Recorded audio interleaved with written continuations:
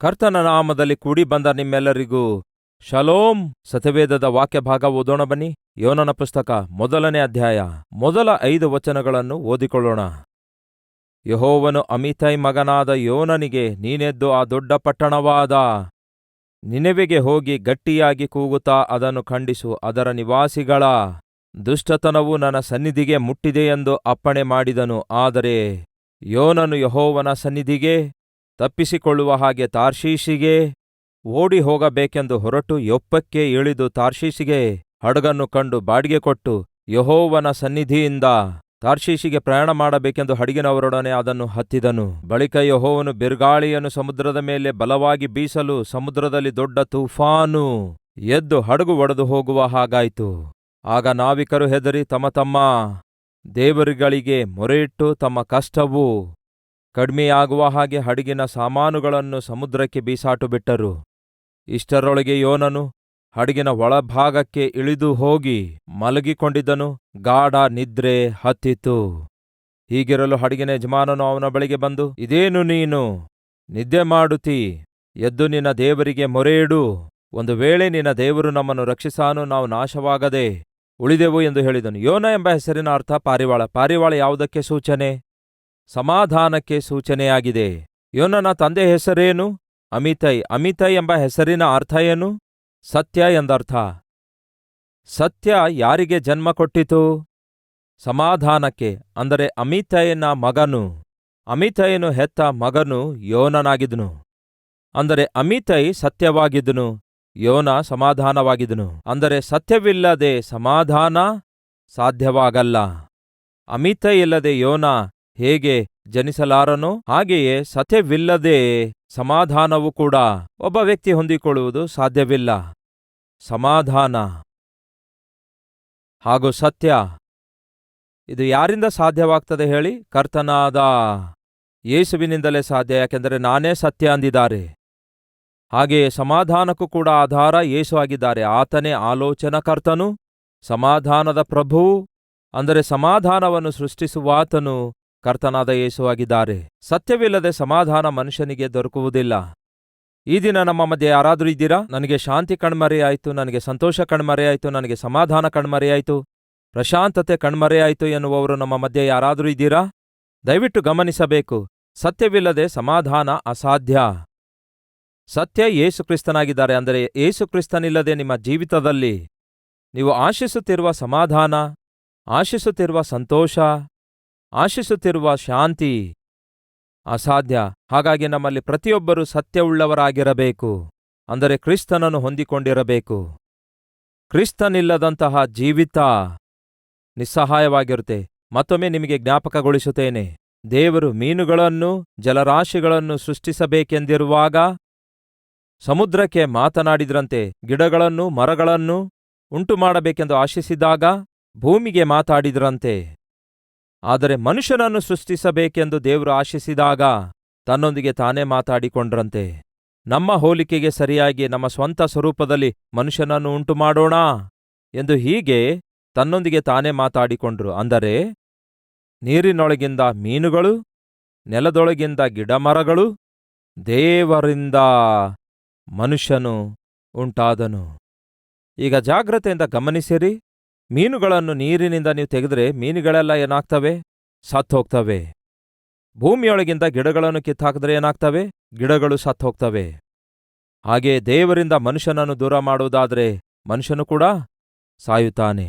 ಈ ದಿನ ಎಷ್ಟೋ ಜನ ದೇವರಿಂದ ದೂರವಾಗಿ, ಆತನ ಸನ್ನಿಧಿಯಿಂದಲೂ ದೂರವಾಗಿ, ಆತನ ಸತ್ಯದಿಂದಲೂ ಸಮಾಧಾನದಿಂದಲೂ ದೂರವಾಗಿ, ಆತನು ಅನುಗ್ರಹಿಸುವಂತಹ ಪರಿಶುದ್ಧತೆಗೂ ರಕ್ಷಣೆಗೂ ಕ್ಷಮಾಪಣೆಗೂ ದೂರವಾಗಿ ಜೀವಿಸುತ್ತಿದ್ದಾರೆ. ತೋರುವಿಕೆಗೆ ಬದುಕಿದ್ದಾರೆ. ಆದರೆ ಅಂತರಂಗದಲ್ಲಿ ಆತ್ಮೀಕ ರೀತಿಯಲ್ಲಿ ಸತ್ತಂತಹ ಸ್ಥಿತಿಯಲ್ಲಿ ನಮ್ಮಲ್ಲಿ ಎಷ್ಟು ಜನ ಇಲ್ಲ ಎಂದು ಒಮ್ಮೆ ಆಲೋಚಿಸಿರಿ. ನೆನವೆ ಪಟ್ಟಣಸ್ಥರ ಪಾಪದ ಕೊಳ ತುಂಬಿತು. ಇಷ್ಟಾನುಸಾರವಾಗಿ ಜೀವಿಸ್ತಾ ಇದ್ರು. ದೇವರಲ್ಲಿ ಭಯಭಕ್ತಿ ಇಲ್ಲದೆ ಜೀವಿಸ್ತಾ ಇದ್ರು. ಹಾಗಾಗಿ ದೇವರು ಅವರನ್ನು ಎಚ್ಚರಿಸುವುದಕ್ಕಾಗಿ ನಹೂಮನು ಎಂಬ ಪ್ರವಾದಿಗೆ ಕಳಿಸುತ್ತಾರೆ. ನಹೂಮನ ಪುಸ್ತಕ ನಾವು ಕಳೆದ ಕಾಲದಲ್ಲಿ ಧ್ಯಾನಿಸಿದ್ದೇವೆ. ನಹೂಮನು ಎಂಬ ಪ್ರವಾದಿ ಹೋಗಿ ಅವರನ್ನು ಎಚ್ಚರಿಸ್ತಾನೆ. ನರಹತ್ಯೆ ಮಾಡುವ ಪಟ್ಟಣವೇ ನಿನಗೆ ಶ್ರಮೆ, ವ್ಯಭಿಚಾರ ಮಾಡುವ ಪಟ್ಟಣವೇ ನಿನಗೆ ಶ್ರಮೆ, ಮಂತ್ರತಂತ್ರಗಳನ್ನು ಮಾಟ ಮಂತ್ರ ಮಾಡುವಂತಹ ಪಟ್ಟಣವೇ ನಿನಗೆ ಶ್ರಮೆ ಎಂಬುದಾಗಿ ನಹೂಮನು ಎಚ್ಚರಿಸುತ್ತಾನೆ. ನಹೂಮನು ನೆನೆವೆ ಪಟ್ಟಣಸ್ಥರಿಗೆ ಎಚ್ಚರಿಸಿದಾಗಿಯೂ ಆ ಪಟ್ಟಣಸ್ಥರು ಅದನ್ನು ಲೆಕ್ಕಿಸಲಿಲ್ಲ. ನಾನು ಪ್ರಕಟಿಸುವಂತಹ ದೇವರ ಶ್ರೇಷ್ಠತೆ ಏನೆಂದರೆ, ಎಷ್ಟೇ ಪಾಪಿಷ್ಠನಾಗಿದ್ರೂ ಸಹ ಪ್ರಾಣದಂತೆ ಪ್ರೀತಿಸುವಂತಹ ವ್ಯಕ್ತಿತ್ವ ನಾನು ಪ್ರಕಟಿಸುವ ಕರ್ತನಾದ ಯೇಸುಕ್ರಿಸ್ತನ ವ್ಯಕ್ತಿತ್ವ ಆಗಿದೆ. ಅದಕ್ಕಾಗಿಯೇ ನೆನೆವೆ ಪಟ್ಟಣಸ್ಥರು ಪಾಪಿಷ್ಠರಾಗಿ ಇಷ್ಟಾನುಸಾರವಾಗಿ ಜೀವಿಸುತ್ತಾ ದೇವರಲ್ಲಿ ಭಯಭಕ್ತಿಯಿಲ್ಲದೆ ಬದುಕುತ್ತಾ ಇರುವಾಗ ದೇವರು ಮೊದಲನೇದಾಗಿ ಅವರನ್ನು ಎಚ್ಚರಿಸುತ್ತಾರೆ, ನಾನು ನಿಮ್ಮನ್ನು ಶಿಕ್ಷಿಸಲಿಕ್ಕಿದ್ದೇನೆಂಬುದಾಗಿ. ನಾವು ಸೇವಿಸುತ್ತಿರುವ ದೇವರು ಪರಿಶುದ್ಧನು, ಪರಿಶುದ್ಧತೆಯನ್ನು ಪ್ರೀತಿಸುವಾತನಾಗಿದ್ದಾನೆ. ಪಾಪವು ಕೊಡುವ ಸಂಬಳ ಮರಣ. ಆ ಪಾಪ ಮಾಡುವಂತಹ ಮನುಷ್ಯನಿಗೆ ಉಳಿದದ್ದು ನರಕ. ಆ ನರಕಕ್ಕೆ ಪಾಪಿಷ್ಠ ಮನುಷ್ಯನು ಹೋಗಬಾರದೆಂದು, ಕ್ಷಮಿಸಬೇಕೆಂದು ದೇವರೇ ಈ ಭೂಮಿಗೆ ಇಳಿದು ಬಂದಿದ್ದಾರೆ. ಯಾಕೆಂದರೆ ಪಾಪಿಗಳಾದ ನಮ್ಮನ್ನು ಪ್ರಾಣದಂತೆ ಪ್ರೀತಿಸಿದ್ದಾರೆ. ಗತಕಾಲದಲ್ಲಿ ನಿಮ್ಮೆಲ್ಲರೊಂದಿಗೆ ಹಂಚಿಕೊಂಡಿದ್ದು ನೆನಪಿದೆಯಾ? ನಾವು ಇನ್ನೂ ಪಾಪಿಗಳಾಗಿದ್ದಾಗಲೇ, ನಾವು ಬಲಹೀನರಾಗಿರುವಾಗ, ನಾವು ದೇವರಿಗೆ ಶತ್ರುಗಳಾಗಿರುವಾಗ ದೇವರು ತನ್ನ ಪ್ರಿಯ ಮಗನನ್ನೇ ನಮಗೋಸ್ಕರ ಏನ್ಮಾಡಿದ್ರಂತೆ? ಮರಣಕ್ಕಾಗಿ ಒಪ್ಪಿಸಿಕೊಟ್ರಂತೆ. ಅಂದರೆ ನಾವು ಬಲಹೀನರಾದಾಗಿಯೂ, ನಾವು ದೇವರಿಗೆ ಶತ್ರುಗಳಾದಾಗಿಯೂ, ಪಾಪಿಷ್ಠ ಕೆಲಸಗಳನ್ನು ಮಾಡುವಂಥವರಾದಾಗಿಯೂ ದೇವರು ನಮ್ಮನ್ನು ಪ್ರಾಣದಂತೆ ಪ್ರೀತಿಸಿದ್ದಾರೆ. ಹಾಗಾಗಿ ಏನ್ಮಾಡಿದ್ದಾರೆ? ತನ್ನ ಪ್ರಿಯ ಮಗನನ್ನೇ ಶಿಲುಬೆಯ ಮರಣಕ್ಕೆ ಒಪ್ಪಿಸಿಕೊಟ್ಟಿದ್ದಾರೆ. ಅಂದರೆ ದೇವರು ನಿಮ್ಮನ್ನು ನನ್ನನ್ನು ಬಹಳವಾಗಿ ಪ್ರೀತಿಸ್ತಾರೆ. ಈ ದಿನ ನಮ್ಮ ಮಧ್ಯೆ ಯಾರಾದರೂ ಇದ್ದೀರಾ? ನನ್ನನ್ನು, ನನ್ನ ಪಾಪಿಷ್ಠ ವೇಷಗಳನ್ನು, ನಾನು ಮಾಡುವಂತಹ ಮೋಸಗಳನ್ನು ನೋಡಿದ ನನ್ನ ಹೆಂಡತಿ, ಇಲ್ಲವೇ ನನ್ನ ಅಮ್ಮ, ಇಲ್ಲವೇ ನನ್ನ ಅಪ್ಪ ನನ್ನನ್ನು ನೋಡಿ ಛೀ ಅನ್ನುತ್ತಾ ಇದ್ದಾರೆ, ಸತ್ರೆ ಚೆನ್ನಾಗಿರುತ್ತೆ ಅನ್ನುತ್ತಾರೆ ಎಂದು ಹೇಳಿಕೊಳ್ಳುವಂಥವರು ಯಾರಾದರೂ ನಮ್ಮ ಮಧ್ಯೆ ಇರೋದಾದ್ರೆ, ನಮ್ಮ ಕರ್ತನಾದ ಯೇಸುಕ್ರಿಸ್ತನು ನೀವೆಷ್ಟೇ ಪಾಪಿಷ್ಠನಾಗಿದ್ರೂ, ನೀವು ಎಷ್ಟೇ ಹಾಳಾಗಿ ಪತನವಾಗಿ ಹೋಗಿದ್ರೂ ಕೂಡ ಪ್ರಾಣದಂತೆಯೇ ನಿಮ್ಮನ್ನು ಪ್ರೀತಿಸ್ತಾರೆ. ಆತನಿಗೆ ಒಂದು ಅವಕಾಶ ಕೊಟ್ರೆ ಸಾಕು, ಆತನು ನಿಮ್ಮ ಜೀವಿತವನ್ನು ಪರಿಶುದ್ಧಗೊಳಿಸುತ್ತಾನೆ, ಪ್ರಯೋಜನಕರವಾದ ಪಾತ್ರೆಯಾಗಿ ಮಾರ್ಪಡಿಸ್ತಾರೆ. ಅಂತಹ ಅವಕಾಶ ನೆನೆವೆ ಪಟ್ಟಣಸ್ಥರಿಗೆ ಕೊಡಬೇಕೆಂದು ನಹೂಮನಿಗೆ ಕಳಿಸ್ತಾರೆ. ಅವರು ಮಾತು ಕೇಳಲ್ಲ. ಈಗ ಯೋನನಿಗೆ ದೇವರು ಹೇಳ್ತಾರೆ, ಹೋಗು, ನೆನೆವೆ ಪಟ್ಟಣಸ್ಥರ ಬಳಿಗೆ ಹೋಗಿ ಅವರು ಮಾಡಿರುವ ಪಾಪಿಷ್ಠ ಕೆಲಸಕ್ಕಾಗಿ ನಾನು ಅವರನ್ನು ಶಿಕ್ಷಿಸ್ತೇನೆ ಎಂದು ಪ್ರಕಟಿಸು. ಎಲ್ಲಿ ಅವರು ಒಂದು ವೇಳೆ ಪಶ್ಚಾತ್ತಾಪ ಪಡ್ತಾರೇನೋ, ಮಾನಸಾಂತರ ಹೊಂದುತ್ತಾರೇನೋ, ತಮ್ಮ ಜೀವಿತ ಜಾಗ್ರತೆಪಡಿಸಿಕೊಳ್ತಾರೇನೋ. ಯೋನಾ, ಹೋಗು. ಯೋನನಿಗೆ ಸತ್ಯ ಗೊತ್ತಿತ್ತು. ಯಾವುದೋ ಅಸತ್ಯ? ಪಾಪ ಮಾಡುವ ಪ್ರತಿಯೊಬ್ಬರನ್ನು ದೇವರು ಶಿಕ್ಷಿಸುತ್ತಾರೆ. ಪಾಪವನ್ನು ಒಪ್ಪಿಕೊಂಡು ಬಿಟ್ಟು ಬಿಟ್ಟವರಿಗೆ ದೇವರು ಕನಿಕರಿಸುತ್ತಾರೆ. ಈ ಸತ್ಯ ತಿಳ್ಕೊಂಡಿರುವಂತಹ ಯೋನ ಸತ್ಯವನ್ನು ಪ್ರಕಟಿಸುವುದರ ಬದಲಿಗೆ ಸತ್ಯವನ್ನು ತನ್ನ ಹೃದಯದಲ್ಲಿ ಮುಚ್ಚಿಟ್ಟುಕೊಂಡು ನೆನೆವೆ ಪಟ್ಟಣಕ್ಕೆ ಹೋಗದಂತೆ ತರ್ಷೀಷ್ ಪಟ್ಟಣಕ್ಕೆ ಹೋಗುವ ಪ್ರಯತ್ನ ಮಾಡ್ತಿದ್ದಾನೆ. ಈ ವಾಕ್ಯ ಕೇಳುವ ಪ್ರತಿಯೊಬ್ಬರಲ್ಲಿಯೂ ಸತ್ಯ ಇದ್ದಿರುತ್ತೆ, ಕ್ರಿಸ್ತನಿದ್ದಿರುತ್ತಾರೆ. ಆ ಸತ್ಯದಿಂದಲೇ ನಾವು ಸಮಾಧಾನ ಹೊಂದಿಕೊಂಡಿದ್ದೇವೆ. ಯಾವ ದೇವರು ನಿಮಗೆ ಸಮಾಧಾನ ಕೊಟ್ಟಿದ್ದಾರೋ, ಯಾವ ದೇವರು ನಿಮಗೆ ಸಂತೋಷ ಕೊಟ್ಟಿದ್ದಾರೋ, ಆ ದೇವರ ಕುರಿತಾದ ಸತ್ಯವನ್ನು ಲೋಕಕ್ಕೆ ಸಾರಿ ಹೇಳಬೇಕು ಎಂದು ದೇವರು ನಮಗೆ ಆಜ್ಞಾಪಿಸಿದ್ದಾರೆ. ಯೋನಾ, ನೀನು ತಿಳ್ಕೊಂಡಿರುವ ಸತ್ಯ ಮುಚ್ಚಿಡಬೇಡ, ನೀನು ತಿಳ್ಕೊಂಡಿರುವ ಸತ್ಯವನ್ನು ಸಾರು. ಆ ದಿನ ಯಾವ ದೇವರು ಯೋನನು ತಿಳ್ಕೊಂಡಿರುವ ಸತ್ಯವನ್ನು ಸಾರು ಅಂತ ಹೇಳಿದ್ರು, ಅದೇ ದೇವರು ಈ ದಿನ ಈ ಕಲ್ವರಿಸರ ವೀಕ್ಷಿಸುವ ಪ್ರತಿಯೊಬ್ಬರಿಗೂ ಹೇಳ್ತಾ ಇದ್ದಾರೆ, ನಿಮಗೆ ಸತ್ಯ ಗೊತ್ತು, ನಿಮಗೆ ಸುವಾರ್ತೆ ಗೊತ್ತು. ನಶಿಸಿ ಹೋಗುವ ಪ್ರತಿಯೊಬ್ಬರನ್ನು ದೇವರು ಎಷ್ಟು ಪ್ರೀತಿ ಮಾಡ್ತಾರೆ ಎಂದು ನಿಮಗೆ ಗೊತ್ತು. ಅವರನ್ನು ಕ್ಷಮಿಸುವುದಕ್ಕಾಗಿ ಯೇಸುಕ್ರಿಸ್ತನು ಶಿಲುಬೆ ಮೇಲೆ ಏನ್ಮಾಡಿದ್ದಾರೆಂದು ನಿಮಗೆ ಗೊತ್ತು. ತಿಳಿದುಕೊಂಡಿರುವ ಈ ಸತ್ಯವನ್ನು ದಯವಿಟ್ಟು ಮುಚ್ಚಿಡಬೇಡಿರಿ. ಒಬ್ಬನು ದೀಪವನ್ನು ಬೆಳಗಿಸಿ ತಟ್ಟೆಯ ಕೆಳಗಾಗಲಿ ಮಂಚದ ಕೆಳಗಾಗಲಿ ಇಡುವುದಿಲ್ಲ, ಆದರೆ ಅನೇಕರಿಗೆ ಮಾರ್ಗ ತೋರಿಸುವುದಕ್ಕಾಗಿ ಏನ್ಮಾಡುತ್ತಾನೆ? ದೀಪಸ್ತಂಭದ ಮೇಲೆ ಇಡುತ್ತಾನೆ. ಪ್ರಿಯ ಸಹೋದರ ಸಹೋದರಿಯರೇ, ನಮ್ಮೆಲ್ಲರನ್ನೂ ಕೂಡ ದೇವರು ಬೆಳಗಿಸಿದ್ದಾರೆ. ಒಮ್ಮೆ ಕತ್ತಲೆಯಲ್ಲಿ ಜೀವಿಸಿದೆವು, ಕತ್ತಲೆಯ ಜೀವಿತವನ್ನು ಜೀವಿಸಿದೆವು, ಕತ್ತಲೆ ಕೆಲಸಗಳನ್ನು ಮಾಡಿದೆವು, ಸೈತಾನನ ಕೈಗೆ ಕೈ ಜೋಡಿಸಿ ಅವನು ಹೇಳಿದಂತೆಯೇ ಬದುಕಿದೆವು. ಆದರೆ ದೇವರು ತನ್ನ ಆಶ್ಚರ್ಯಕರವಾದ ಬೆಳಕಿಗೆ ನಮ್ಮನ್ನು ಕರೆದಿದ್ದಾರೆ. ತನ್ನ ಮಗನಾದ ಯೇಸು ಕ್ರಿಸ್ತನನ್ನು ನಮಗೆ ಪರಿಚಯಿಸಿದ್ದಾರೆ. ಆ ಕ್ರಿಸ್ತನು ನಮ್ಮನ್ನು ಪರಿಶುದ್ಧಗೊಳಿಸಿದ್ದಾರೆ, ಯಾಜಕನನ್ನಾಗಿ ಮಾಡಿದ್ದಾರೆ, ತಮ್ಮ ಸ್ವಕೀಯ ಪ್ರಜೆಗಳನ್ನಾಗಿ ಮಾಡಿದ್ದಾರೆ, ಪರಿಶುದ್ಧ ಜನಾಂಗವನ್ನಾಗಿ ಮಾಡಿದ್ದಾರೆ. ಲೋಕಕ್ಕೆ ಆತನ ಕುರಿತಾದ ಸತ್ಯವನ್ನು ಪ್ರಕಟಿಸುತ್ತೇವೆ ಎಂಬ ನಂಬಿಕೆಯೊಂದಿಗೆ. ಈಗ ನನ್ನ ಪ್ರಶ್ನೆ, ಸತ್ಯ ತಿಳಿದುಕೊಂಡಿರುವ ನಾವೇ ಮೌನವಾಗಿದ್ರೆ ಅದು ದೇವರ ಚಿತ್ತವಾಗಿದೆಯೋ ದೇವರ ಚಿತ್ತಕ್ಕೆ ವಿರುದ್ಧವಾಗಿದೆಯೋ? ನೀವೇ ಹೇಳಬೇಕು. ಸತ್ಯ ತಿಳಿದುಕೊಂಡಿರುವ ನಾವು ಸತ್ಯ ತಿಳಿಸಲಾರದೆ ಮೌನವಾಗಿರುವುದಾದರೆ ದೇವರಿಗೆ ನಾವು ಸಂತೋಷಪಡಿಸುತ್ತಿದ್ದೇವೋ ಅಥವಾ ದುಃಖಪಡಿಸುತ್ತಿದ್ದೇವೋ? ಖಚಿತವಾಗಿಯೂ ದೇವರಿಗೆ ದುಃಖಪಡಿಸುತ್ತಿದ್ದೇವೆ. ಆ ದಿನ ಯೋನ ದೇವರಿಗೆ ದುಃಖಪಡಿಸಿದ. ಹೋಗೆಂದ ಸ್ಥಳಕ್ಕೆ ಹೋಗಲಾರದೆ ನಿರ್ಭಯದಿಂದ ತಪ್ಪು ಮಾಡ್ತಾನೆ, ನಿರ್ಭಯವಾಗಿ ಅವಿಧೇಯತೆಯಿಂದ ಜೀವಿಸ್ತಾನೆ. ನೀನ್ ಹೋಗಂದ ಕೂಡಲೇ ಹೋಗಬೇಕೋ? ಯಾಕೆ ಹೋಗದಿದ್ರೆ ಏನ್ ಮಾಡುತ್ತೀ ಎನ್ನುವಂತೆ ನಡೆದುಕೊಂಡ. ಪ್ರಿಯ ಸಹೋದರ ಸಹೋದರಿಯರೇ, ಅವಿಧೇಯತೆ ಅಪಾಯಕರವಾಗಿದೆ. ಈ ಮಾತನ್ನು ಬೇಕಾದ್ರೆ ಬರೆದಿಟ್ಕೊಳ್ಳಿ. ಅವಿಧೇಯತೆ ಅಪಾಯಕರವಾಗಿದೆ. ಪಾಪವು ಪ್ರಮಾದಕರವಾಗಿದೆ ಎಂದು ಮರೆಯಬೇಡಿ. ಏನಾಗ್ತದೆ ಹೋಗದಿದ್ದರೆ, ಹೋಗಿ ಸತ್ಯವನ್ನು ಸಾರದಿದ್ದರೆ ಎನ್ನುವಂತಹ ಒಂದು ನಿರ್ಲಕ್ಷ್ಯತನ, ಅವಿಧೇಯತೆ. ಮಾಡಿದ್ದೇನೆಂದರೆ ಯೋನನನ್ನು ದೇವರ ಬಳಿಯಿಂದ ಓಡಿ ಹೋಗುವಂತೆ ಮಾಡಿತು. ಯಾವಾಗ ಯೋನ ದೇವರ ಒಂದು ಚಿತ್ತಕ್ಕೂ ದೇವರ ಕೆಲಸಕ್ಕೂ ದೇವರು ಕೊಟ್ಟ ಕರೆಗೂ ವಿರುದ್ಧವಾಗಿ ದೇವರ ಸೇವೆ ಮಾಡುವುದರ ಬದಲಾಗಿ, ದೇವರ ಸತ್ಯವನ್ನು ಪ್ರಕಟಿಸುವುದರ ಬದಲಾಗಿ, ದೇವರ ಸತ್ಯಕ್ಕೆ ಸಾಕ್ಷಿಯಾಗಿ ಜೀವಿಸುವುದರ ಬದಲಾಗಿ, ದೇವರನ್ನು ಬಿಟ್ಟು, ದೇವರು ಕೊಟ್ಟ ಸೇವೆಯನ್ನು ಬಿಟ್ಟು, ದೇವರು ಕೊಟ್ಟ ಸಾಕ್ಷಿಯನ್ನು ತಳ್ಳಿಬಿಟ್ಟು ಬೇರೆ ಎಲ್ಲಿಗೋ ಹೋಗ್ತಾ ಇದ್ದ. ಹಾಗೆ ಹೋಗ್ತಿರುವಾಗ ಅವನು ಪ್ರಮಾದಕ್ಕೆ ಗುರಿಯಾದ. ದಯವಿಟ್ಟು ಗಮನಿಸಬೇಕು, ತಪ್ಪು ಮಾಡುವಂಥವರು, ಪಾಪ ಮಾಡುವಂಥವರು ಅವರೊಬ್ಬರೇ ಪ್ರಮಾದಕ್ಕೆ ಗುರಿಯಾಗಲ್ಲ, ತಮ್ಮ ಸುತ್ತಲೂ ಇರುವಂಥವರಿಗೂ ಕೂಡ ಪ್ರಮಾದಕ್ಕೆ ಗುರಿಪಡಿಸುತ್ತಾರೆ. ಉದಾಹರಣೆಗೆ, ಕುಡುಕನಾದ ಗಂಡನಿದ್ದಾನೆ ಅಂದುಕೊಳ್ಳಿರಿ. ಆ ಕುಡುಕನಾದ ಗಂಡ ಮನೆಯಲ್ಲಿರುವ ಎಲ್ಲರಿಗೂ ನರಕ ತೋರಿಸುವುದಿಲ್ಲವೋ? ಒಂದು ಸಾರಿ ನಾನು ನಮ್ಮ ಕಲ್ಲೂರಿ ಟೆಂಪಲ್ ಬ್ರಾಂಚ್ ಚರ್ಚಿಗೆ ಹೋಗಿದ್ದೆ. ಗಂಡ, ಹೆಂಡತಿ, 3 ಮಕ್ಕಳು ಇದ್ರು ಅಂದ್ಕೊಳ್ತೇನೆ. ಎಲ್ರೂ ಬಂದ್ರು. ಅಯ್ಯ, ಪ್ರಾರ್ಥನೆ ಮಾಡ್ರಿ, ನಮ್ಮ 5 ಜನಕ್ಕೂ ಆರೋಗ್ಯ ಸರಿಯಾಗಿಲ್ಲ, ಪ್ರಾರ್ಥನೆ ಮಾಡ್ರಿ ಅಂದ್ರು. 5 ಜನರಿಗೂ ಆರೋಗ್ಯ ಸರಿಯಾಗಿಲ್ಲದಿರುವುದೇನಮ್ಮ? ಯಾಕೆ, ಏನಾಯ್ತು? ನನಗೂ ನನ್ನ ಗಂಡನಿಗೂ ಏಡ್ಸ್ ರೋಗ ಇದೆ. ಮತ್ತೆ ಮಕ್ಕಳಿಗೇನಾಗಿದೆ? ಅವರಿಗೂ ಕೂಡ ಏಡ್ಸ್ ರೋಗ ಇದೆ ಅಂದಳು. ಆಗ ಕೇಳ್ದೆ, ಯಾರಿಂದ ಇದು ಬಂತು? ಆ ಸಹೋದರಿ ಕಣ್ಣೀರು ಸುರಿಸುತ್ತಾ ಹೇಳ್ತಾಳೆ, ಎಷ್ಟೋ ಸಾರಿ ಹೇಳಿದೇನಯ್ಯ, ಕೆಟ್ಟ ದಾರಿಯಲ್ಲಿ ತಿರುಗಾಡಬೇಡ ಎಂದು. ಕಂಡ ಕಡೆಯಲ್ಲೆಲ್ಲ ತಿರುಗಾಡಿ ಬರಬೇಡಯ್ಯ, ನನ್ನ ಮಾತು ಕೇಳಯ್ಯ ಎಂದು ಎಷ್ಟೇ ಬೇಡಿಕೊಂಡ್ರೂ ಕೂಡ ಗಂಡ ಮಾತು ಕೇಳಲಿಲ್ಲ. ಎಲ್ಲೆಲ್ಲೋ ತಿರುಗಾಡಿ ಬರ್ತಾ ಇದ್ದ. ಯಾವಳ ಬಳಿಗೆ ಹೋಗಿ ಮಲಗಿ ಬರ್ತಿದ್ನೋ ಗೊತ್ತಿಲ್ಲ. ಎಷ್ಟು ಸಾರಿ ಹೇಳಿದ್ರೂ ನನ್ನ ಮಾತು ಕೇಳಲಿಲ್ಲ. ಹಾಗೆ ಹೊರಗಡೆ ತಿರುಗಿ ತಿರುಗಿ ಬಂದು ನನಗೂ ಕೂಡಿ 3 ಮಂದಿ ಮಕ್ಕಳನ್ನು ಹಡೆದ. ಆರೋಗ್ಯ ಸರಿಯಿಲ್ಲದಕ್ಕೆ ಒಂದು ಸಾರಿ ಹಾಸ್ಪಿಟಲ್ಗೆ ಹೋದ. ಚೆಕ್ ಮಾಡಿ ನೋಡಿಕೊಂಡ್ರೆ ಏಡ್ಸ್ ರೋಗ ಇದೆ ಎಂದು ಗೊತ್ತಾಯ್ತು. ನೋಡಿ ಸಾರ್, ನಿಮಗೆ ಏಡ್ಸ್ ರೋಗ ಅಂತ ಇದೆ, ಒಂದು ಸಾರಿ ನಿಮ್ಮ ಹೆಂಡತಿಗೂ ಕೂಡ ಚೆಕ್ ಮಾಡಿಸ್ರಿ ಅಂದ್ರು. ಚೆಕ್ ಮಾಡಿಸಿದ್ರೆ ನನಗೂ ಏಡ್ಸ್ ರೋಗ ಇತ್ತು. ಹೃದಯ ಒಡೆದಂತಾಯ್ತು.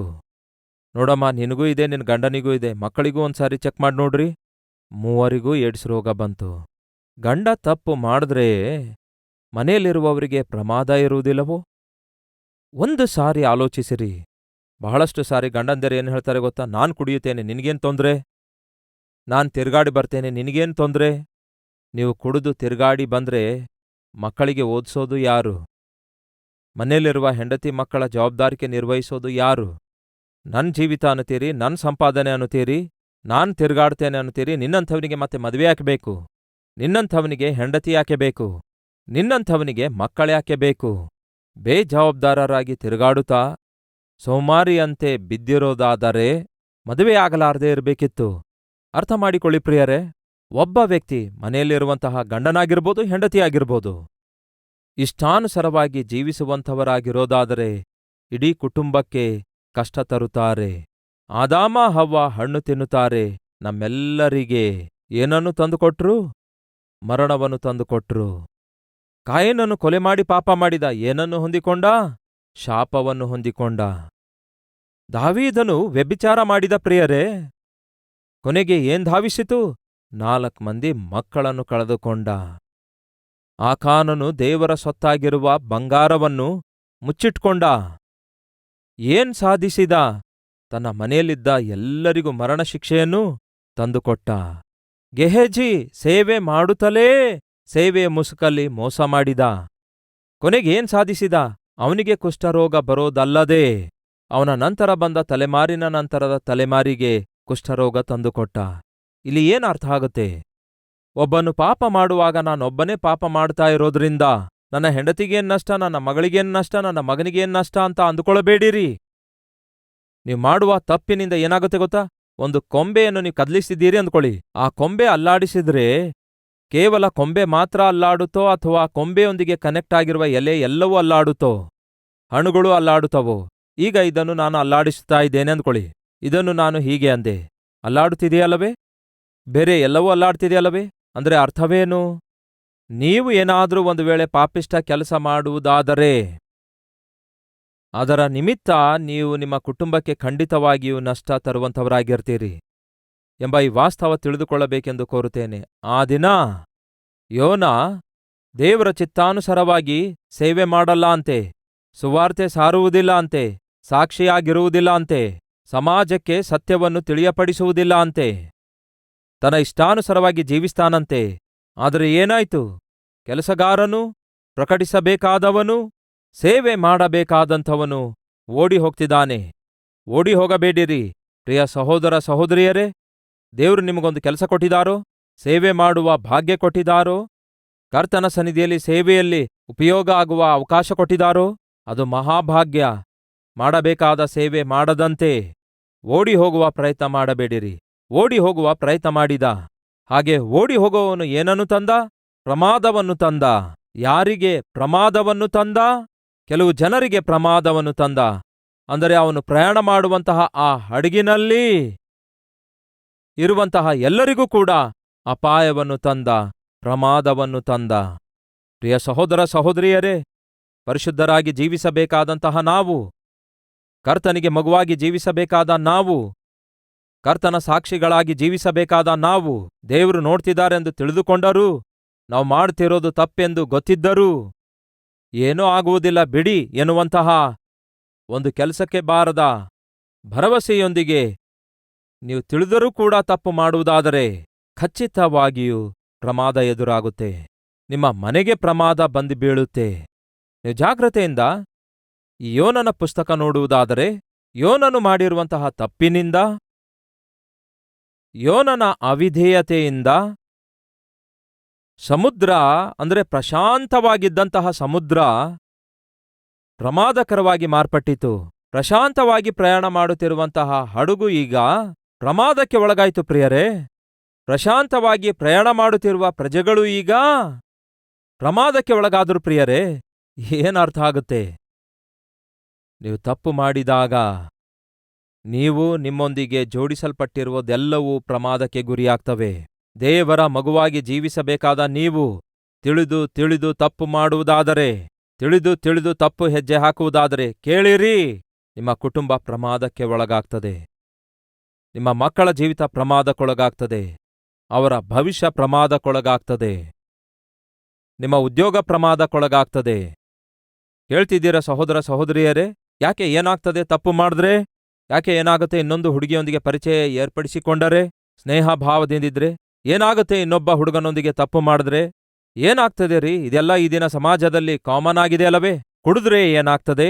ತಿರುಗಾಡಿದ್ರೆ ಏನಾಗ್ತದೆ?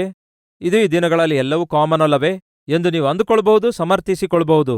ಆದರೆ ಕೇಳಿರಿ, ನೀವು ಒಂದು ಸಾರಿ ಕ್ರಿಸ್ತನನ್ನು ಸ್ವಂತ ರಕ್ಷಕನನ್ನಾಗಿ ಅಂಗೀಕರಿಸಿದ ನಂತರ, ದೇವರ ಮಗುವಾಗಿ ನಿಮ್ಮನ್ನು ನೀವು ಸಮರ್ಪಿಸಿಕೊಂಡ ನಂತರ, ನೀವು ನಿಮ್ಮ ಇಷ್ಟಾನುಸಾರವಾಗಿ ಜೀವಿಸುವುದಾದರೆ ಕೇಳಿರಿ, ಖಂಡಿತವಾಗಿಯೂ ದೇವರು ನಿಮ್ಮನ್ನು ಶಿಕ್ಷಿಸ್ತಾರೆ. ಗಂಡ ಪಾಪ ಮಾಡುವವನಾಗಿರೋದಾದರೆ ಕುಟುಂಬ ಪ್ರಮಾದಕ್ಕೆ ಒಳಗಾಗುವುದಿಲ್ಲವೋ? ಸಂಸಾರ ಪ್ರಮಾದಕ್ಕೆ ಗುರಿಯಾಗುವುದಿಲ್ಲವೋ? ಹೆಂಡತಿ ಗಂಡನಿಗೆ ವಿಧೇಯಳಾಗಿರದೆ ತನ್ನ ಇಷ್ಟಾನುಸಾರವಾಗಿ ಜೀವಿಸುವುದಾದರೆ ಆಕೆ ಕುಟುಂಬ ಪ್ರಮಾದಕ್ಕೊಳಗಾಗುವುದಿಲ್ಲವೋ? ಉದ್ಯೋಗ ಮಾಡುವ ಸ್ಥಳದಲ್ಲಿ ನಿಮ್ಮ ಇಷ್ಟಾನುಸಾರವಾಗಿ ಜೀವಿಸುವುದಾದರೆ ಉದ್ಯೋಗ ಪ್ರಮಾದಕ್ಕೆ ಗುರಿಯಾಗುವುದಿಲ್ಲವೋ? ವ್ಯಾಪಾರ ಮಾಡುವ ನೀವು ನಿಮ್ಮ ಇಷ್ಟಾನುಸಾರವಾಗಿ ಜೀವಿಸುತ್ತಾ ವ್ಯಾಪಾರ ಮಾಡಿದ್ರೆ ವ್ಯಾಪಾರ ನಷ್ಟವಾಗಿ ಪ್ರಮಾದಕ್ಕೆ ಗುರಿಯಾಗುವುದಿಲ್ಲವೋ? ಒಮ್ಮೆ ಆಲೋಚಿಸಿರಿ, ದೇವರು ನಿಮಗೆ ಒಳ್ಳೆ ಆರೋಗ್ಯ ಕೊಟ್ಟಿದ್ದಾರೆ. ಆ ಆರೋಗ್ಯವನ್ನೇ ಪಣವಾಗಿಟ್ಟು ನಿಮ್ಮ ಇಷ್ಟಾನುಸಾರವಾಗಿ ಪಾಪಿಷ್ಟ ಕೆಲಸ ಮಾಡಿದ್ರೆ ನಿಮ್ಮ ಆರೋಗ್ಯ ಪ್ರಮಾದಕ್ಕೆ ಗುರಿಯಾಗುವುದಿಲ್ಲವೋ? ಅದ್ಭುತವಾದ ಸೇವೆ ದೇವರು ನಿಮಗೆ ಕೊಟ್ಟಿದ್ದಾರೆ. ಕೊಟ್ಟಿರುವಂತಹ ಸೇವೆಯಲ್ಲಿ ನೀವು ಯಥಾರ್ಥತೆಯಿಂದ ನೀತಿಯಿಂದ ಜೀವಿಸಲಾರದೆ ಪಾಪಿಷ್ಟ ಕೆಲಸ ಮಾಡ್ತಿರೋದಾದರೆ ನೀವು ಮಾಡುತ್ತಿರುವಂತಹ ಸೇವೆಯಲ್ಲಿ ನೀವು ಪ್ರಮಾದಕರವಾಗಿ ಮಾರ್ಪಡುವುದಿಲ್ಲವೋ? ಒಂದು ಸಾರಿ ಆಲೋಚಿಸಿರಿ. ಅದಕ್ಕೆ ಹೇಳಿದೆ, ಆದಾಮ ಹವ್ವ ಮಾಡಿರುವ ಪಾಪ ನಮಗೆ ಪ್ರಮಾದವಾಗಿ ಮಾರ್ಪಟ್ಟಿತು. ಎಂಥ ಪ್ರಮಾದ! ಮರಣವನ್ನೇ ತಂದಿತು. ಕೈಯನನು ಮಾಡಿರುವ ಪಾಪ ಶಾಪವನ್ನೇ ತಂದಿತು. ಗೆಹಜಿ ಮಾಡಿರುವಂತಹ ಪಾಪ ಅವನ ಸಂತತಿಯವರಿಗೆ ಕುಷ್ಠರೋಗ ತಂದುಕೊಟ್ಟಿತು. ಆಕಾನನು ಮಾಡಿರುವ ಪಾಪ ಅವನ ಹೆಂಡತಿ ಮಕ್ಕಳೆಲ್ಲರಿಗೆ ಮರಣ ಶಿಕ್ಷೆ ತಂದುಕೊಟ್ಟಿತು. ದಾವಿದನು ಮಾಡಿರುವಂತಹ ಪಾಪ ಅವನ ಕುಟುಂಬದಲ್ಲಿರುವ 4 ಮಕ್ಕಳ ಪ್ರಾಣ ತೆಗೆದಿತು. ದಾವಿದನು ಜೀವಿಸಿದ ಕಾಲವೆಲ್ಲ ಮಾಡಿರುವ ಒಂದು ರಾತ್ರಿಯ ತಪ್ಪಿನಿಂದ ಬದುಕಿರುವವರೆಗೂ ಅದರ ಮೂಲ್ಯವನ್ನು ಸಲ್ಲಿಸಬೇಕಾಯಿತು. ಹಾಗಾಗಿ ಕ್ರೈಸ್ತಿಯ ಸಮಾಜವೇ, ದಯವಿಟ್ಟು ಗಮನಿಸಿರಿ. ಯೋನ ದೇವರಿಂದ ಓಡಿ ಹೋಗುತ್ತಿರುವಾಗ ಪ್ರಮಾದಕರವಾದ ವ್ಯಕ್ತಿಯಾಗಿ ಮಾರ್ಪಟ್ಟ. ಈ ದಿನ ಈ ವಾಕ್ಯ ಕೇಳ್ತಿರುವ ಸಹೋದರ ಸಹೋದರಿಯರೇ, ನಿಮ್ಮಲ್ಲಿ ಯಾರಾಗಿದ್ರೂ ಸಹ ದೇವರ ಸನ್ನಿಧಿಯಿಂದಲೂ ಪರಿಶುದ್ಧವಾದ ಜೀವಿತದಿಂದಲೂ ದೇವರು ಕೊಟ್ಟಿರುವಂತಹ ಸೇವೆಯಿಂದಲೂ ದೇವರು ಕೊಟ್ಟಿರುವಂತಹ ರಕ್ಷಣಾ ಆನಂದದಿಂದಲೂ ನೀವು ದೂರವಾಗುತ್ತಿರುವುದಾದರೆ ನಿಮಗೆ ಗೊತ್ತಿಲ್ಲದ ಹಾಗೆ ಒಂದು ಪ್ರಮಾದಕರವಾದ ಜೀವಿತ ನೀವು ಜೀವಿಸ್ಲಿಕ್ಕಿದ್ದೀರಿ. ಪ್ರಮಾದ ಎದುರಿಸಲಿಕ್ಕಿದ್ದೀರಿ. ನೀವೇ ಒಂದು ಪ್ರಮಾದಕರವಾದ ವ್ಯಕ್ತಿಯಾಗಿ ತಯಾರಾಗ್ಲಿಕ್ಕಿದ್ದೀರಿ. ಜಾಗ್ರತೆ! ಪ್ರಶಾಂತವಾಗಿರುವ ಸಮುದ್ರ ಪ್ರಮಾದಕರವಾಗಿ ತಯಾರಾಯಿತು. ಪ್ರಶಾಂತವಾಗಿ ಸಾಗುತ್ತಿರುವ ಪ್ರಯಾಣ ಪ್ರಮಾದಕರವಾಗಿ ತಯಾರಾಯಿತು. ಪ್ರಶಾಂತವಾಗಿ ಪ್ರಯಾಣ ಮಾಡುತ್ತಿರುವ ಪ್ರಜೆಗಳು ಪ್ರಮಾದಕ್ಕೊಳಗಾದ್ರು. ಅಂದರೆ ಅರ್ಥವೇನು? ಆ ದಿನ ಯೋನನು ಮಾಡಿರುವ ತಪ್ಪಿನಿಂದ ಜನರು ಎಷ್ಟು ಪ್ರಮಾದಕ್ಕೆ ಒಳಗಾದ್ರೆಂದು ನಾವು ಅರ್ಥ ಮಾಡಿಕೊಳ್ಳಬಹುದು. ಆನಂತರ ಅವರೇನ್ ಮಾಡಿದ್ರು ನೋಡೋಣ ಬನ್ನಿ. 3ನೇ ವಚನದ ಸ್ಟಾರ್ಟಿಂಗ್ ವರ್ಡ್ಸ್. ನೆನವೆ ಪಟ್ಟಣಕ್ಕೆ ಹೋಗಿ ಅದಕ್ಕೆ ದುರ್ಗತಿಯುಂಟಾಗುವುದೆಂದು ಪ್ರಕಟಿಸು. ಆದರೆ ಅಂತ ಕನ್ನಡದಲ್ಲಿದೆ. ಇಂಗ್ಲಿಷ್ನಲ್ಲಿ ಬಟ್ ಅಂತ ಇದೆ. ಬಟ್ ಅಂದರೆ ಆದರೆ. ಯಾವತ್ತೇ ಆಗಿರಲಿ, ಯಾವುದಾದ್ರೂ ಒಂದು ವಿಷಯದಲ್ಲಿ ಆದರೆ ಎಂದು ಬಂದಿದೆ ಅಂದ್ಕೊಳ್ಳಿ, ಹೋಗ್ಲಿ ಬಿಡಿ ಅಂದ್ಕೊಳ್ಬೇಡಿ. ಇಲ್ಲವಾದರೆ ಕೊನೆಯಾಯ್ತು ಎಂದದರ ಅರ್ಥ. ದೇವ್ರೇನು ಹೇಳ್ತಾರೆ? ನೆನವೆ ಪಟ್ಟಣ ನಿವಾಸಿಗಳ ಪಾಪ ಹೆಚ್ಚಾಗಿದೆ, ಅವರಿಗೆ ದುರ್ಗತಿ ಬರ್ಲಿಕ್ಕಿದೆ, ಅವರನ್ನು ನಾನು ಶಿಕ್ಷಿಸ್ಲಿಕ್ಕಿದ್ದೇನೆ ಎಂದು ನೀನು ಹೋಗಿ ಎಚ್ಚರಿಸು. ಹೋಗು ಎಂದು ದೇವರು ಹೇಳಿದ್ರೆ, ಆದರೆ ಯೋನನು ಹೋಗಲಿಲ್ಲ. ಪ್ರಿಯ ಸಹೋದರ ಸಹೋದರಿಯರೇ, ಈ ದಿನ ನಮ್ಮಲ್ಲಿ ನಮ್ಮ ಜೀವಿತದಲ್ಲಿಯೂ ಕೂಡ ಯಾವುದೋ ಒಂದು ವಿಷಯದಲ್ಲಿ ಆದರೆ ಎನ್ನುವಂಥದ್ದು ಇದೆ. ಒಂದು ಸಾರಿ ಆಲೋಚಿಸಿರಿ. ನೀವು ದೇವರ ಸನ್ನಿಧಿಗೆ ಹೋಗ್ತೀರಿ, ವಾಕ್ಯ ಕೇಳ್ತೀರಿ, ಸೇವೆಯಲ್ಲಿಯೂ ಪಾಲ್ಗೊಳ್ತೀರಿ, ಕುಟುಂಬ ಪ್ರಾರ್ಥನೆಯನ್ನು ಮಾಡ್ತೀರಿ, ಸುವಾರ್ತೆಗೆ ದಾನ ಮಾಡ್ತೀರಿ, ಎಲ್ಲವೂ ಚೆನ್ನಾಗಿರುತ್ತೆ. ಆದರೆ ದಟ್ ಈಸ್ ಇಂಪಾರ್ಟೆಂಟ್. ಆದರೆ ನಂತರ ಏನು? ಅದೊಂದು ವಿಷಯದಲ್ಲಿಯೇ ಬ್ರದರ್ ಎಲ್ಲವೂ ಚೆನ್ನಾಗಿದೆ, ಆದರೆ ಇದೆ. ಯಾವ ವಿಷಯದಲ್ಲಿ ಹಾಗೆ ಆದರೆ ಅನ್ನುತ್ತಾ ಇದ್ದೀರಿ? ವಾಕ್ಯ ಕೇಳುವವರೆಗೂ ಚೆನ್ನಾಗಿರುತ್ತೇನೆ ಬ್ರದರ್, ಆದರೆ ಆ ನಂತರ ಮನೆಗೆ ಹೋದ ಮೇಲೆ ಸೆಲ್ಫೋನ್ ಹಿಡ್ಕೊಂಡ ಮೇಲೆ ಬ್ರದರ್, ಸೆಲ್ಫೋನ್ ಹಿಡ್ಕೊಂಡ ನಂತರ ಆತ್ಮಿಕತೆ ಕಳ್ಕೊಳ್ತಿದ್ದೇನೆ ಬ್ರದರ್, ಸಭೆಯಲ್ಲಿ ಚೆನ್ನಾಗಿರ್ತಿದ್ದೇನೆ ಬ್ರದರ್, ಆದರೆ ಸೆಲ್ಫೋನ್ ಕೈಗೆ ಸಿಕ್ಕರೆ ಸಾಕು, ಇನ್ನು ನಾನು ಕಂಟ್ರೋಲಲ್ಲಿ ಇರಲಿಕ್ಕಾಗ್ತಾ ಇಲ್ಲ, ಆತ್ಮಿಕಳಾಗಿಯೇ ಇರ್ತಾ ಇದ್ದೇನೆ ಬ್ರದರ್, ಆದರೆ ಆ ಹುಡುಗ ಒಂದ್ ಮೆಸೇಜ್ ಹಾಕಿ ಒಂದು ಫೋನ್ ಮಾಡಿದ್ರೆ ಸಾಕು, ಸುಮ್ಮನೆ ಇರ್ಲಿಕ್ಕಾಗ್ತಾ ಇಲ್ಲ, ಆ ಫ್ರೆಂಡ್ಸ್ ಬಂದ್ರೆ ಮಾತ್ರ ಅವ್ರ ಜೊತೆ ಹೋಗ್ಲಾರ್ದೆ ಇರ್ಲಿಕ್ಕಾಗ್ತಿಲ್ಲ, ಅಲ್ಲಿಯವರೆಗೂ ಚೆನ್ನಾಗಿರ್ತಾ ಇದ್ದೇನೆ. ಆದರೆ ಹೀಗೆ ಈ ದಿನ ನಿಮ್ಮ ಜೀವಿತದಲ್ಲಿ ಯಾವ ವಿಷಯದಲ್ಲಿ ಯಾಕೆ ನೀವು ಆದರೆ ಅನ್ನುತ್ತಾ ಇದ್ದೀರೋ ಕೇಳ್ರಿ, ಅದೇ ನಿಮ್ಮ ಆತ್ಮಿಕ ಜೀವಿತವನ್ನು ಕೊಲೆ ಮಾಡ್ಲಿಕ್ಕಿದೆ. ಜಾಗ್ರತೆ! ಬನ್ನಿರಿ ಪ್ರಾರ್ಥಿಸೋಣ.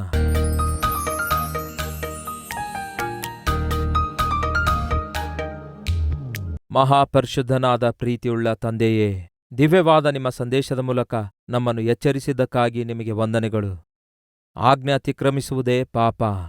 ಏಸಯ್ಯಾ, ನೀವು ಯಾವ ವಿಷಯಗಳಲ್ಲಿ ನಮ್ಮ ಜೀವಿತದಲ್ಲಿ ಬೇಡ ಅಂದಿದ್ದೀರೋ ಅವು ನಮ್ಮ ಜೀವಿತದಲ್ಲಿರುವುದಕ್ಕಾಗಿ ನಾವು ಬಿಡಬಾರದು ದೇವ್ರೆ. ನೀವು ಯಾವುದನ್ನು ಬೇಡ ಅಂದಿದ್ದೀರೋ, ಯಾವುದರ ಹಿಂದೆ ಹೋಗಬೇಡ ಅಂದಿದ್ದೀರೋ ಅದರ ಹಿಂದೆ ನಾವು ಹೋಗುವವರಾಗಿ ಇರಬಾರದು. ಯೆಶಯ್ಯ, ಪರಿಶುದ್ಧರಾಗಿ ಜೀವಿಸುವುದಾದರೆ ಬಲಹೀನನು ಬಲವಂತನಾಗುತ್ತಾನೆ. ಪರಿಶುದ್ಧತೆಯನ್ನು ಕಳೆದುಕೊಂಡರೆ ಬಲವಂತನು ಕೂಡ ಬಲಹೀನನಾಗುತ್ತಾನೆ.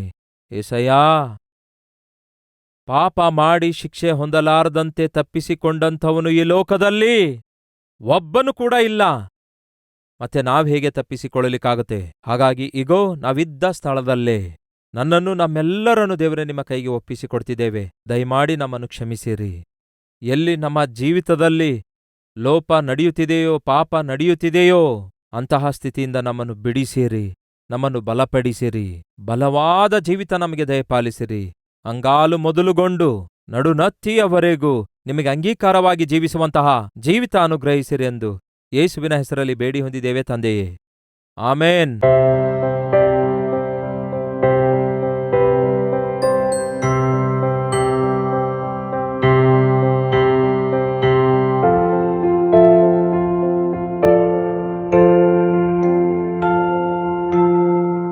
ವಿಳಾಸ: Calvary, post box number 30, Kukatpally, Hyderabad 72.